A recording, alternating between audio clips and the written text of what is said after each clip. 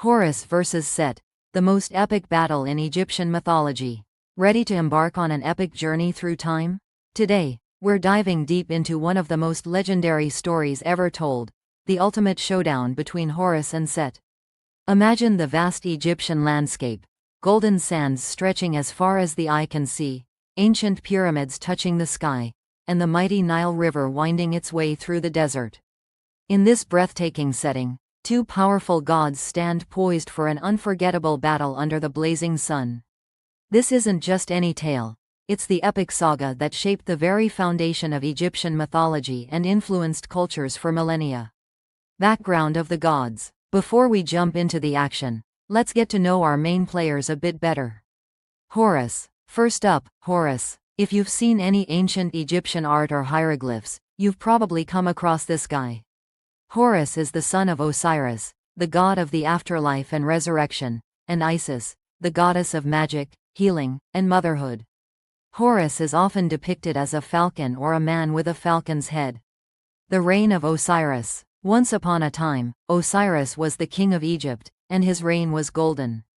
Under Osiris's guidance, Egyptians learned the art of agriculture. He taught them about laws, moral codes, and religious practices. People adored Osiris, and Egypt became the envy of neighboring lands. Set's jealousy and the murder of Osiris. But, where there's light, there's shadow. Set watched his brother bask in glory and couldn't help but feel overshadowed. He wanted the throne for himself. So, he hatched a devious plan. The trickery of the coffin. Set decided to throw a lavish feast, inviting all the gods, including Osiris. Set announced that a magnificent chest he presented would belong to whoever could fit inside it perfectly. Flattered, Osiris decided to give it a try.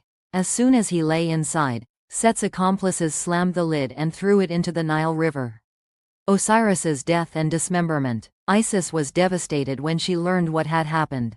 She embarked on a relentless quest to find her husband. She discovered the coffin embedded in a tree trunk in Byblos and brought Osiris's body back to Egypt. Isis's quest to find Osiris.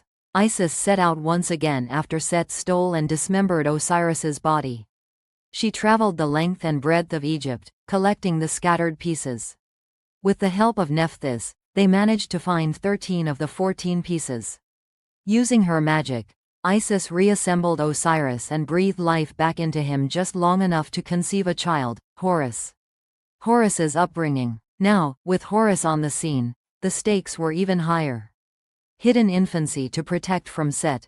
Isis hid baby Horus in the marshes of the Nile Delta, protecting her child from Set, who wouldn't hesitate to eliminate any threat to his claim to the throne. Training and preparation for avenging his father. As Horus grew, Isis prepared him for the inevitable confrontation with Set. Horus wasn't just any kid, he was trained in combat, magic, and strategy. With guidance from gods and goddesses, Horus transformed from a hidden child into a formidable warrior. The divine contest for the throne. The meeting of the gods to decide the rightful heir. The gods convened a council to settle the dispute over who should rule Egypt. Both Horus and Set presented their cases. Set argued for his experience. Horus contended as the legitimate heir. Set's challenge to Horus. Not willing to step down, Set challenged Horus to a series of contests. The gods agreed to this proposal to determine the rightful king. And so began an epic series of battles. The boat race in stone boats. One of the most famous contests was the boat race in stone boats. Set carved a massive stone boat. Horus made a wooden one coated with gypsum. Set's boat sank, while Horus sailed effortlessly and won the challenge. Transformations and duels. The contests continued, with both gods transforming into various animals. They battled as hippopotamuses, bulls, scorpions, and took to the skies. Each battle was fiercer than the last, the struggle resulting in the loss of Horus's eye. In one brutal encounter, Set managed to gouge out Horus's left eye. This was a significant blow, but even this didn't stop Horus. Despite the loss, he continued to fight with determination. The Eye of Horus. Let's talk about that eye for a moment. The Eye of Horus, also known as the Wadjet, symbolizes protection, healing, and restoration. Losing his eye was a significant blow. Restoration by Thoth. Enter Thoth, the god of wisdom and magic. Seeing Horus's plight, he used his divine powers to restore Horus's eye. This act represented the restoration of order and wholeness. The eye as a protective amulet in Egyptian culture.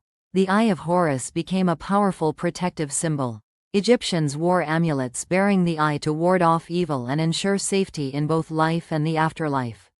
The final judgment. Intervention of the goddess Neith. The goddess Neith intervened, suggesting Horus should inherit the throne, but Set should not be cast aside. The Council of Gods rules in favor of Horus. After years of deliberations, the gods ruled in favor of Horus. Justice was served. Horus was declared the rightful ruler of Egypt. Set's punishment or reconciliation. Set was sent to live in the desert. However, he was not destroyed or eternally punished. The Egyptians believed chaos was necessary for balance. Role as a necessary force of chaos. Set became the defender of Ra, protecting him from the serpent of chaos, Apophis. In this role, Set was vital in maintaining the balance of the universe.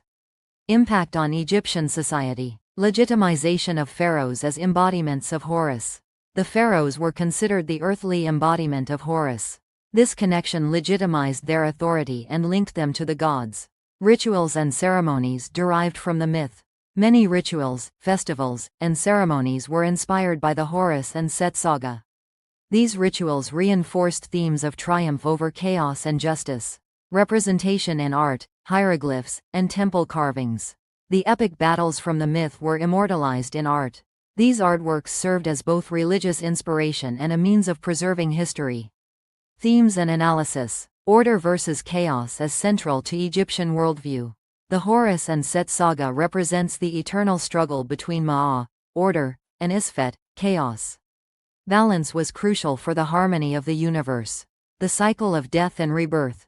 The story highlights the cycle of death and rebirth. Osiris's death and resurrection symbolize the renewal of life, much like the flooding of the Nile. The role of justice and rightful succession. Justice, or Ma'a, is a recurring theme. The gods emphasize the importance of law, fairness, and rightful succession. Legacy of the myth. Influence on later cultures and mythologies.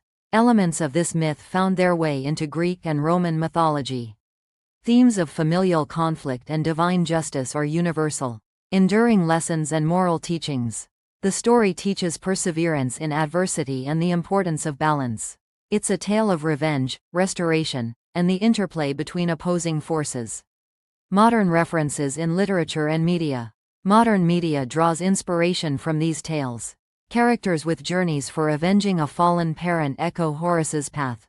So there you have it, the legendary battle between Horus and Set, a timeless story about family, betrayal, justice, and the eternal dance between order and chaos.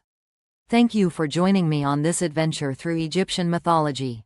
If you enjoyed this deep dive, don't forget to hit that like button, share with your friends, and subscribe for more mythical tales and epic stories.